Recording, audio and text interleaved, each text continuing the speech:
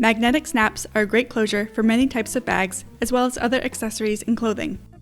It's best to use an iron-on interfacing on the back of the fabric to protect it from ripping from wear and tear, but it's not necessary for vinyl or other fabric that shouldn't be ironed.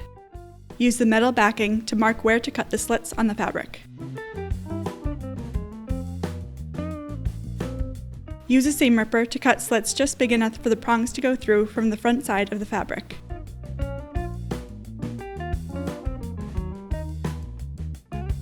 You can use a heavy stabilizer or a piece of cardboard to reinforce the snap on the back. Cut out a piece a little larger than the snap and cut the slits.